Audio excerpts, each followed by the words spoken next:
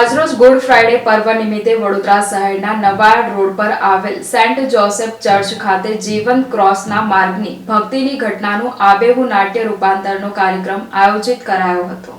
Good Friday એક એવો દિવસ જ્યારે ઈસુ મસીહે પોતાના ભક્તો માટે બલિદાન આપીને નિસ્વાર્થ પ્રેમની પરાકાષ્ઠાનું ઉદાહરણ રજૂ કર્યું હતું। ઈસાઈ ધર્મના પ્રવર્તક ઈસુ મસીહાને જે દિવસે સૂળી પર લટકાવ્યા હતા અને તેમણે પ્રાણ ત્યજી દીધા હતા, બાઇબલ મુજબ એ દિવસ શુક્રવાર મતલબ ગુડ ફ્રાઇડે હતો। તેથી આ દિવસને ગુડ ફ્રાઇડેના રૂપમાં મનાવવામાં આવે છે। ઈસાઈ સમુદાયનો આ મુખ્ય તહેવાર છે। ઈસાઈ ધર્મના લોકો આ તહેવારને કાળા દિવસના રૂપમાં મનાવે છે। એવી માન્યતા છે કે આ જ દિવસે ભગવાન ઈસુ મસીહાએ પોતાના પ્રાણનો ત્યાગ કર્યો હતો। આ જ કારણે ઈસાઈ ધર્મના લોકો ગુડ ફ્રાઇડેના દિવસે ભગવાન ઈસુના બલિદાનને યાદ કરે છે। આ દિવસને હોલી ફ્રાઇડે, બ્લેક ફ્રાઇડે કે ગ્રેટ ફ્રાઇડે પણ કહેવામાં આવે છે। આ દિવસે લોકો ચર્ચમાં જઈને પ્રાર્થના કરે છે। ઘણા લોકો પ્રભુ ઈસુની યાદમાં ઉપવાસ કરે છે અને મીઠી રોટલી બનાવીને ખાય છે। એવી માન્યતા છે કે ફ્રાઇડેના દિવસે ક્રૂસ પર ચડાવાયા બાદ ત્રીજા દિવસે ઈસુ મસીહા ફરી જીવિત થઈ ગયા હતા। એ જ ખુશીમાં